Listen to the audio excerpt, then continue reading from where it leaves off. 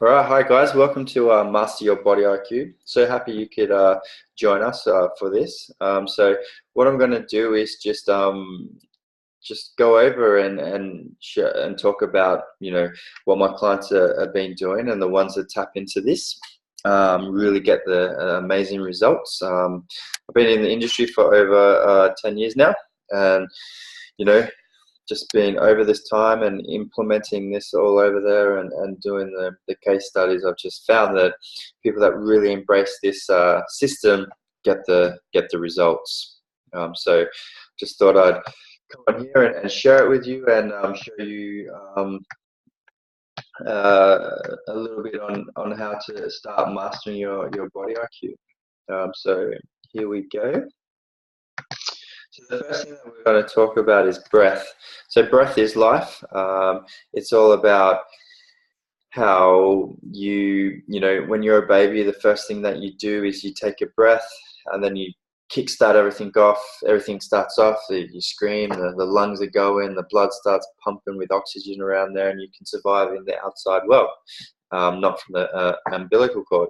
And then the last thing that you do when you die is you take your last breath, and then that's it, and everything starts to shut down.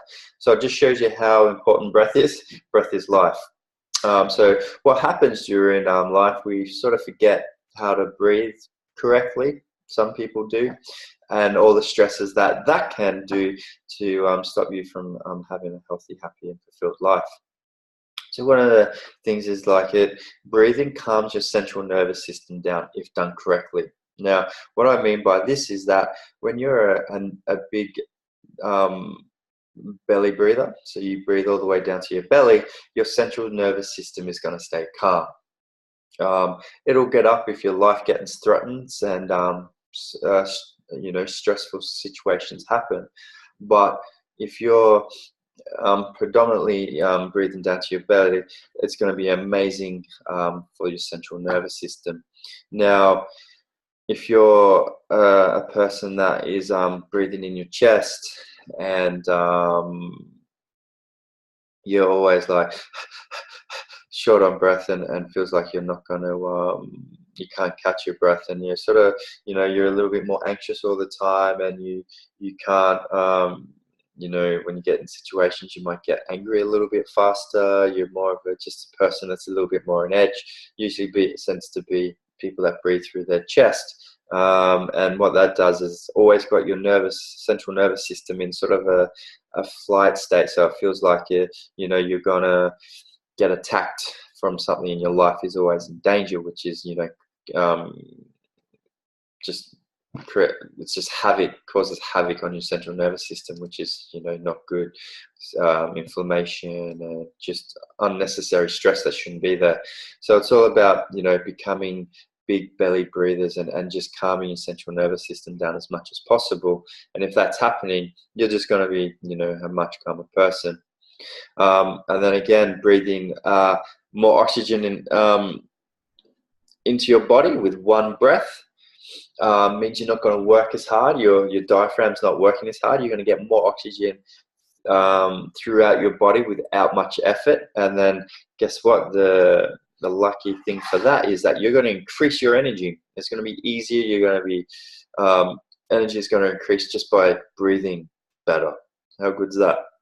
And then it helps manage emotions. And as I touched on before, if you're breathing shallow and in your chest, you're probably going to be a person that's more anxious, and anxiety is going to play a bigger role in in that thing. You probably, like, when you get angry and stuff, you've probably got more of a short fuse, and you could be like, you just fly off the radar, the nice edge a little bit more, and you're just like snapping, and you're like and so if you become more of a belly breather, you're gonna be a lot more calmer and relaxed, and things aren't gonna faze you as much. You'll be able to deal with situations a lot calmer and better, and you're just gonna float, as they say. For those people that you see floating, like finger floating and stuff, are going to be probably more belly breathers, and they're going to be a lot more calmer. So there's the breath playing a massive role on your emotions. So if you breathe through your nose and deep down to your breath down to your belly, you're probably going to be a lot calmer and happier. Whereas if you're a chest breather, you're probably going to be more edge, a bit more angrier, a bit more anxiety and stuff like that. All right. And breathing, it grounds you and helps you reconnect to the now. So, what we can do is we can lose ourselves and be just in our heads and out of it. Almost feels like we're out of our body sometimes, anxiety and stuff. You're like, I just can't handle this. And if you're able to calm your breath down and reconnect yourself back to you, you can be like in the now and not worrying about what could happen and not worrying about what happened and stuff like that. You can just reconnect everything and just really settle yourself right into the now, which is, a massive thing to be able to do and be able to reconnect to that. Which goes on to our next thing is just, reconnecting to ourselves. So the breath work, as we've got it there to help you reconnect, it helps you tap into your inner wisdom. We lose our inner wisdom. We don't know,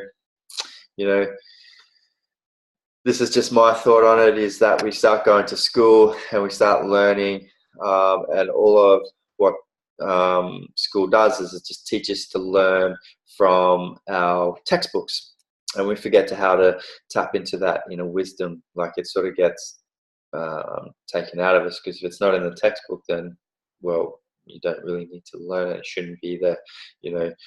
That whole thing of trust your gut instinct. We just sort of start to fade away from, trusting that gut instinct, because, if science doesn't prove it, then how can it be true?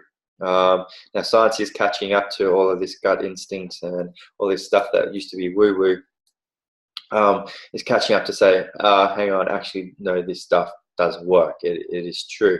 So, when you start reconnecting and with bringing in the breath work and reconnecting the mind and the body,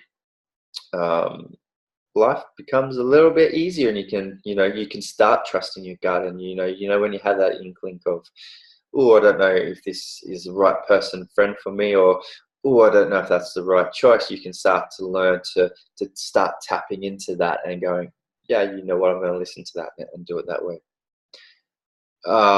Now, connecting to your soul purpose. Once you start trusting your inner wisdom, you can start reconnecting and listening to what your soul purpose is. Is your soul purpose like, working a 9-to-5 job and in an office? Is it, do you meant to be that person that, is just getting up and in mundane and in the rat race? Is that your soul purpose? Now, if that feels good for you and in your inner wisdom, that is good, and that is yours, and that you feel like that's awesome.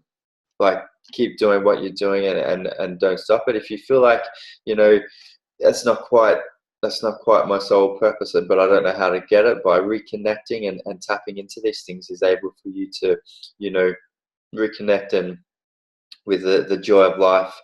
And that's really important. And once you start doing that, once you start reconnecting with the joy of life and figuring out what's really important to you and your soul purpose, and reconnecting with your inner wisdom, you're going to start being a lot happier with what you're doing.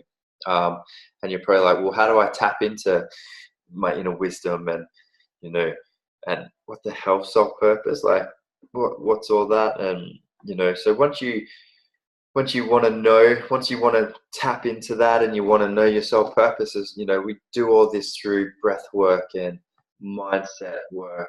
Meditation is good, journaling. So once we start doing all this kind of stuff, you'll start tapping into the inner wisdom will become a lot stronger, and then you'll start to figure out what's your soul purpose, so you can, enjoy life and not be caught in the rat race, and just live in life instead of living the life, or just living the life that you want, because I find it sad when I just see so many people just, well, that's life and that's how it is, and just not happy with the way it is. So it's all about, we want you to start meditating. We want you to start doing the breath work and journaling and just tapping into this, because once you start tapping into this, you start creating the life that you want, and getting the body that you want, and doing the stuff that you want, rather than just going, oh, this is how it is. Okay, eating. Now this is a massive one. There's so much stuff out there. Find out what works for you. Some there's diets, there's primal, keto, high carb, low carb, high fat, no fat. The no fat one, I'm going to say, it just doesn't work. You got to tap into what best works for you. And you could use certain diets, like some part of the years, like this diet could work really well for you, and then you have to switch it up because your body's used to it, and it's like, okay, I need a bit of this, and you start mixing it all together, and guess what? You start getting the best results. Like, you don't have to stick to one thing. And the best thing about mastering your body IQ is that you figure it out. You figure out how do you what to eat, when to eat. Okay, it's winter, so I need to eat more of this. It's summer, so I can eat more fruits. It's this, I need to raise my testosterone, so I need to eat more of this and less of that. I need to, for women, it's that time of the month, so I need to nurture myself and really care for my body. So I really need to focus on giving my body the best nutrition possible. Just bringing all this stuff into play. And then how do you eat? So this is, do you sit down and really concentrate on what you're eating, or do you just like start to, in front of the computer, eating your food really fast and getting it down, and then by the time you get to the end of it, you're like, oh man, I don't know what I've eaten. And you start to feel hungry. Whereas if you sit down and take your time and eat it, by the time you finish, you're going to be full, and you got to notice that you ate some food. Can you see the two differences there? When do you eat? What time? Like, what are the time of days that you eat? What times do you eat? Do you know when to eat, or do you just sort of eat willy-nilly? And all that, and your body's going to tell you when you need to eat, and it's listening to that, and it's not, oh, I feel emotional, so I'm going to eat, or I'm tired, so I'm going to eat. Can you see, like, being able to figure out with your body IQ, okay, I'm emotional, or I'm doing this. Okay, how about I try and fix that problem instead of going to food and doing that, and fixing your emotions that way. So your thoughts about food, is there good foods, bad foods, your emotional attachment to food, as I just touched on there. You got to start thinking,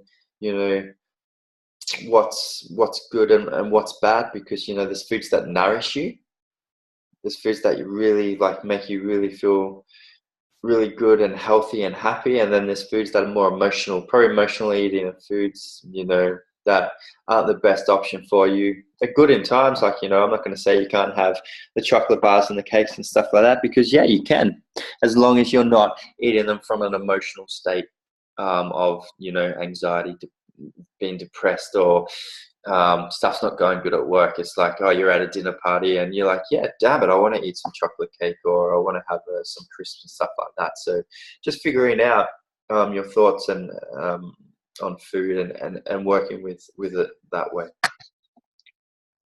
So another thing to look at when mastering your body IQ is your move. What's your movement like? You got to make it fun and enjoy what you do, because if you're going to the gym and you're spending hours in the gym on a cross trainer, and it's just like going and going, it's not going to be the best. It's going to be tedious and tough and just boring. But like, if you like dancing, you go to dance classes. If you like surfing and you don't do it, like, take it up, start to learn to surf, make your training around like getting better at surfing. I'd say, getting outside and going into parks and running around and just moving your body in all certain different movements. And we like to work off the 5 movement patterns when we are working in the gym, as lunging, squatting, twisting, bending.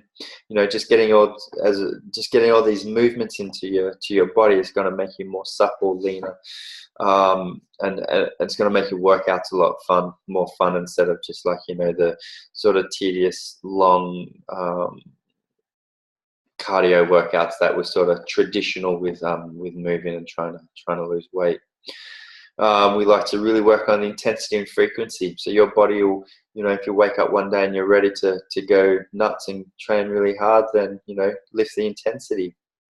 If you wake up tired and stuff like that, then you got to go, maybe today's not the day that I go hard, even though my program says, oh, it's going to be a fast, hard day. You've got to really go, okay, I've got to listen to my body and go, no, it's not that I can't do it. I'm going to see how I feel tomorrow. So I'm going to, as I see in my program, it's a little bit not as intense tomorrow. So I'll do that workout now and do that one. So hopefully tomorrow, then, you can lift the intensity and the frequency. If you are tired, you can have a rest day. Who cares? It's all about that. What does exercise do to your body? Are you someone that, when we say here, the good and the bad and the ugly, are you someone that uses exercise as a tool to just beat yourself up again? Or is it, or do you use it for good? And, your exercise comes from a place of being happy, calm, and loving. Because once you start training in that sense, then, your body's going to react amazingly to the exercise, and you're not going to have to smash yourself up all the time, because it is coming from a place of love, happiness, and calmness, which is going to have a massive effect on the way that it reacts with your body. Whereas if it's coming from a place where you just beat yourself up and it's just coming from a place of anger, you're either going to get injured and you're not going to enjoy your training, and you're just going to hold on to your excess. You can not get rid of your weight won't come down, because it's just you're holding on to excess baggage, if that's something that you're after, with weight loss. So it's just movement. And another thing I want to talk about is just move more. Walk to work, ride your bike to work. Don't drive down to the shops. Walk down to the shops. Get off the bus stop. Walk a dog. Go, if you're going to go meet a friend, walk instead of driving. As you can see, there's so much, we just don't move, we just sit down too much, and it's all about just starting to move a little bit more. You just got to move more. It doesn't have to be in the gym working out all the time. You might be only able to get to the gym once or twice, but if you start moving more, 15,000 steps a day, if you want to wear lots of things, phones, and you can get these Fitbits and stuff to show you how much you're moving. So if you think you're not moving that much, maybe that's an investment that you might want to get, just to get you just moving more. Get those steps up, as they say. And then another one is recharge. What do you do to recharge? Do you get good quality sleep, or are you someone that is up late watching Netflix, or swiping through Tinder, or just writing out emails? It's like going, okay, at this time I'm going to stop being on my computer and stuff and really stick to it and start getting my sleep patterns in line. So then you can, you got time to calm down, and then when you go to bed, you get more a chance of sleeping and not being stressed out. And do you find time for yourself? I know I'm a massive one that I gotta have time for myself to chill out and get and be away from people. And if I don't get that, I get a bit a bit anxious and shirty. So if I go through all the week where I haven't had time to myself, I find that I'll snap at my wife, or my patience with Bo, my little boy, isn't the best. So I know that I need to get that. Know myself, if I get that I'm a lot more calmer and stuff like that. And as you can see, I know myself what to do to get to be able to still keep myself calm, and knowing just what works for you. Like some people have to be around people. So I just use an example for me, but some people, like if they're away from people, that could work the opposite to what I just said. So some people have to be around people to recharge, whereas myself, I have to be away from people to recharge. So it's knowing what works for you. And do you need a massage? Do you just do you need time out where you don't do any work and you just sit down and you watch some TV, or you go for a walk out in nature, or you get to the beach, or you play with your dog, or all this little stuff that you have to try and figure out and listen to what your body's telling you for you to calm down and just take it easy. Okay, and then putting all that together, you're going to have a healthy, happy, and fulfilled life. So as you can see, just like being able to get your breath under control and actually focus on like how do you breathe and breathe in the right places at the right time. When you feel yourself getting angry, increasing your body IQ, you be able to go, okay, I need to breathe. I need to make sure I'm breathing through my belly and not up in my chest. Reconnecting, doing all the meditation and the breathing work, it's going to start reconnecting yourself to you, and then you're going to be able to find what your purpose was to be here doing, and living life and to the joy of how you want it to be and how it should be. And then eating, how you eat with food and how your relationship with this food, and just listen to your body with what it wants to be fed, and not sort of reading out of magazines and stuff like that and thinking, oh, this is what I need to eat. If you do start reconnecting with yourself, you're going to start wanting to eat healthier anyway, and your body will start naturally wanting the better foods, and that's how it goes. And then once you start eating better foods and reconnected, your movement, you're going to want to move more. You're going to want to exercise. Your body's just going to crave it. It's going to want to just move. It's not going to be lethargic and that it's just you're going to want to move. And then sleep. Once you move more and start doing that, you're going to get better quality sleep because you have done some exercise for the day.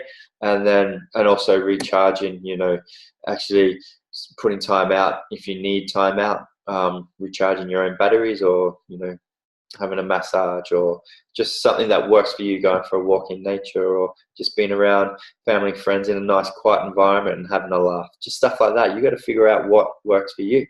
All right, guys, if you want any more information or anything like that, just shoot me a email, and feel free to join up to the Facebook group. That's where everything lots happens. And yeah, hope you enjoyed it. Hope this gave you an insight to how you can improve your body IQ and start living a healthy, happy, and fulfilled life. All right, guys. See ya.